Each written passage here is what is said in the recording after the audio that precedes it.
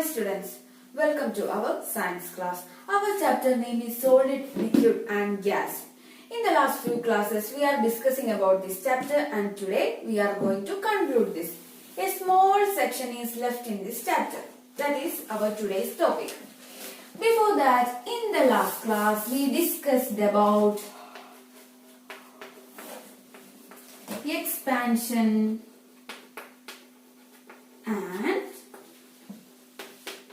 contraction. Expansion and contraction. We discussed about this topic. What is this expansion? That means when we heat a particular substance, when we are heating, then its size increases and we call it as expansion. And when we are cooling a particular substance, the reverse of this. When we are cooling this, any substance, for example, we are taking a beaker of water.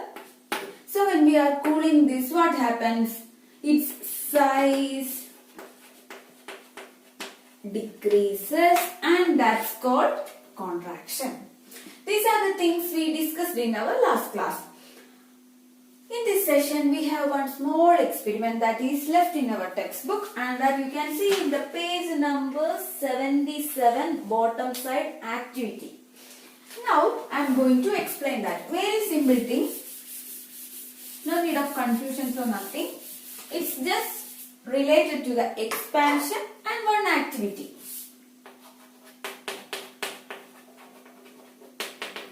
So, in this session, you just want to understand what that experiment means. That is the only thing we want to study in this.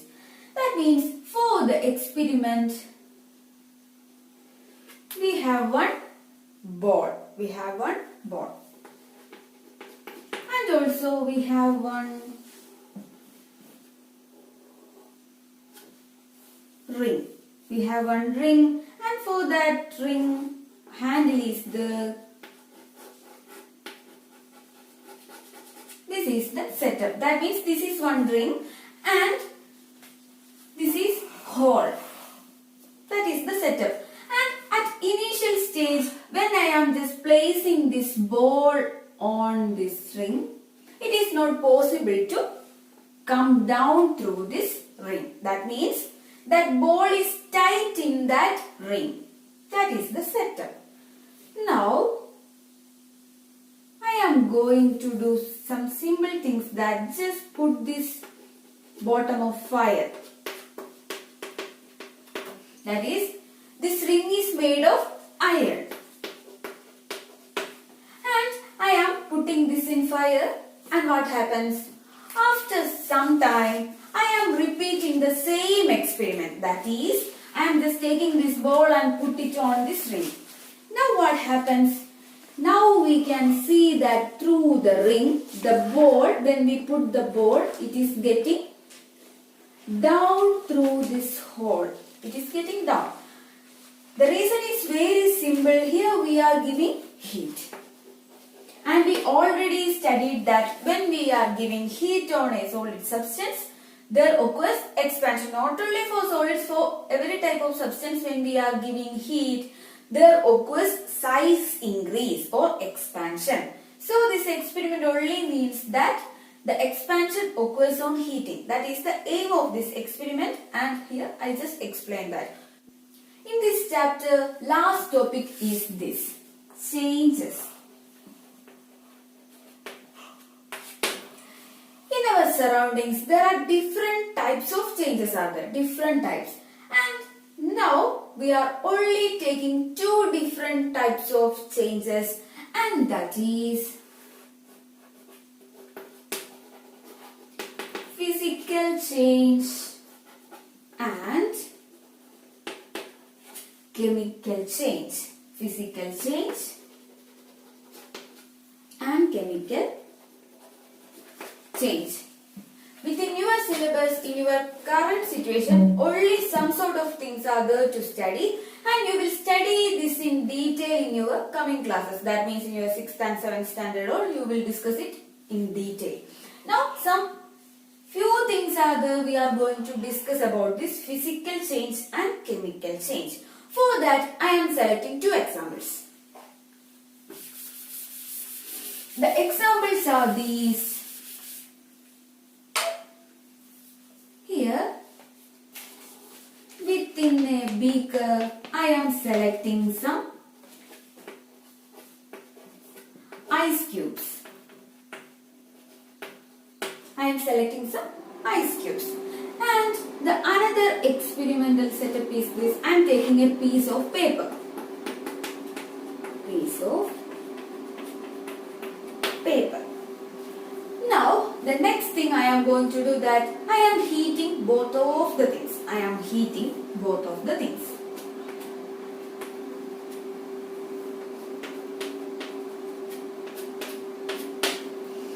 What happens when I heat these ice cubes that convert to water? That means the ice cubes melt and it turns to water. And what about this paper piece? That paper piece is just converted to ash. That converted to ash. Now my question is this. Do both of the things are same? That means this is ice cubes and this is water. Do both of the things are same or different substances? No. Here we already know that within these ice cubes and water we have molecules are there. And in the ice cubes the molecules are closely packed, and here the only difference is this, there occurs some space with the melting of this ice. That means in both of the cases molecules are same. Same water molecules are there present in ice cubes and water. And what about here? Do the paper and this ash are same substance? Do they are same molecules? No. Here actually the paper is changed to ash. Here this ice cubes changed to water. This is a type of change and this also a type of change. But the difference is this. Here the paper molecules are converted to ash molecules. That means both of these things are totally different. And I am calling this change is chemical change, and this type of change is physical change. So here we are studying about two types of changes, physical change and chemical change. And for this physical change, the example is this conversion of ice cubes to water. And again we are heating this water. What happens? That water turns to steam.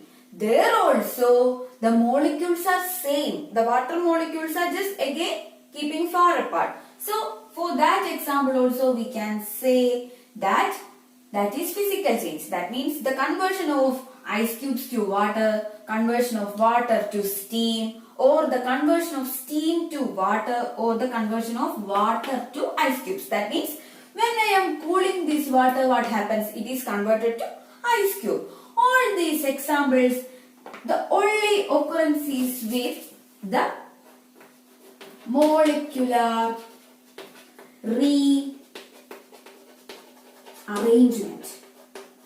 Molecular rearrangement. That means no new molecules are formed here. No new molecules are formed. Here occurs the molecular rearrangement and no new molecules are formed in physical change. And what about the chemical change? Here not the molecular rearrangement not occurs. What occurs? Here new molecules are formed. New molecules are formed. Here no new molecules are formed. Only occurs the rearrangement of molecules. Here new molecules are formed. This is the basic thing of this chemical change and physical change. In this session, you want to remember the definition. We will discuss it later. Then, you just want to remember the examples for this physical change and chemical change. we can say this physical change occurs on heating or cooling. And also here molecular rearrangement occurs, and for the chemical change new molecules are formed. The next is here one thing is this is actually a temporary change. This is actually a temporary change.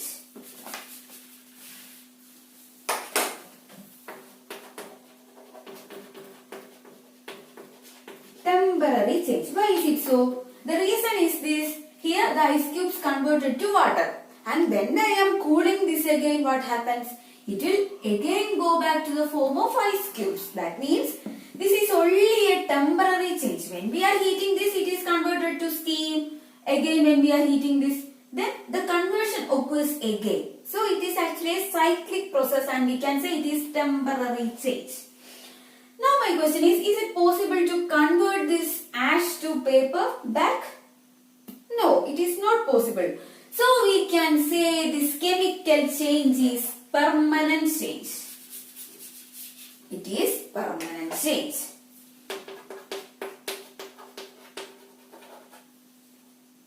Permanent change. So we can say chemical change is permanent change and the physical change is temporary change. This is temporary change and this is permanent change. So that is all about this. And now we want to study other examples.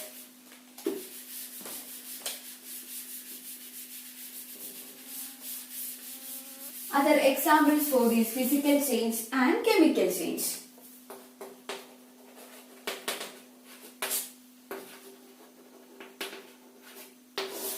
For the physical change, one example is the conversion of water, ice cubes to water, water to steam, steam to water, then water to the ice cubes. Like all the things are included in physical change. And the other examples are these: cutting of paper. Cutting of paper. When we are cutting the paper, no new molecules are formed, but only the size is getting changed. So we can say the cutting of paper is physical change. It is not chemical. No new molecules are formed. Before cutting and after cutting, all the molecules are same paper molecules. So we can say the cutting of paper is physical change. And also the other example is stretching of rubber band. Stretching of rubber band. That means we know when we are taking one rubber band and just giving force, what happens? It is getting stretched. That means here you can see this is one rubber band. And when we are stretching this, what happens? The size is changed, but no new molecules are formed. At the previous stage and after stretching, the molecules are same here. No difference is there occurs with the molecules. So we can say the stretching of rubber band is physical change. Here, the thing you want to remember is no new molecules are formed, and so we can call it as physical change.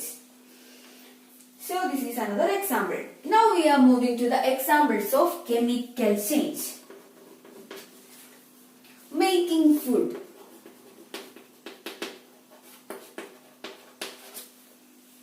That means before cooking and after cooking, actually there occurs certain type of chemical reactions. That means before cooking and after cooking, there produce some sort of different molecules and all. And so we can say the preparation of food or making chapati, all these are chemical changes. These are the examples for chemical changes. And one more thing is that it is irreversible.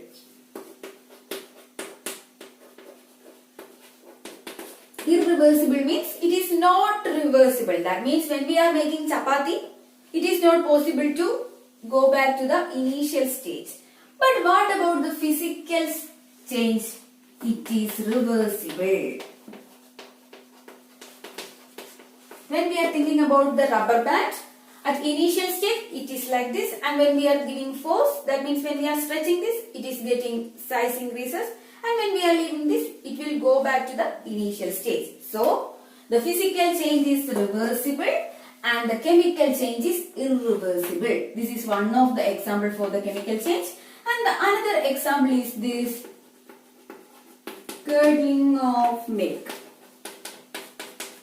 This is also chemical change. Here they produce the milk is something different, and after it is turned into curd, that is another substance. That means the molecules of milk and molecules of curd are something different, and so we can say it is a chemical change. That means the conversion of milk to curd are totally different. Its physical and chemical properties all are different for the milk and the curd. You can identify using the taste also. That is because the molecules of milk and molecules of curd are different, and so we can say it is chemical change. So this is all about the physical and chemical change. One thing is left here, that is the definition for physical and chemical change. Now we are going to discuss that. Definition for physical change. Very simple definition. You want to remember this. Physical change.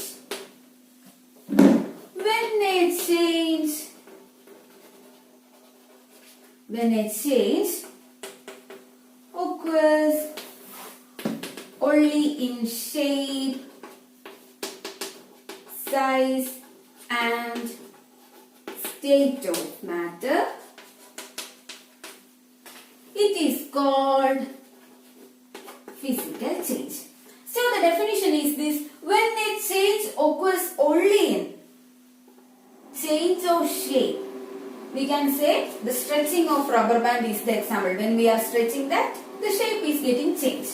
Or change in size. Within the rubber band, the size is getting changed. Or we can also say when we are cutting the paper, the size is getting changed. Or the state of matter. What is the state of matter? We already studied that. When considering the state of water, the ice cubes are converted to water. Or water is converted to steam when we are giving heat. So that is the state of matter. So we can say when a change occurs only, that is the important thing, when a change occurs only in shape, size and state of matter, then it is called physical change. That is the definition for physical change. And then what about the chemical change? Chemical change. When a change in which one or more new substances are formed, called chemical change.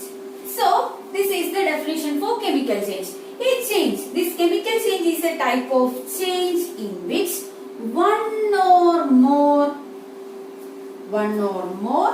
new substances are formed. Here new substances means new molecules. So chemical changes are the changes in which one or more new substances are formed is called chemical change. Within the physical change, no new substances are formed, only occurs with the change in shape, size, state of matter, etc. So these are the definition. When we are studying this physical change and chemical change, one, you want to study this definition. Second one, you want to remember the examples for this physical change and chemical change. And the third thing, you want to remember the differences what is for this physical change and chemical change. Only these things are included in this topic and you will study this in detail in your upcoming classes. So our chapter is over here. You just want to read your textbook and complete your note. We will meet in our next class for doing the exercise part in this chapter.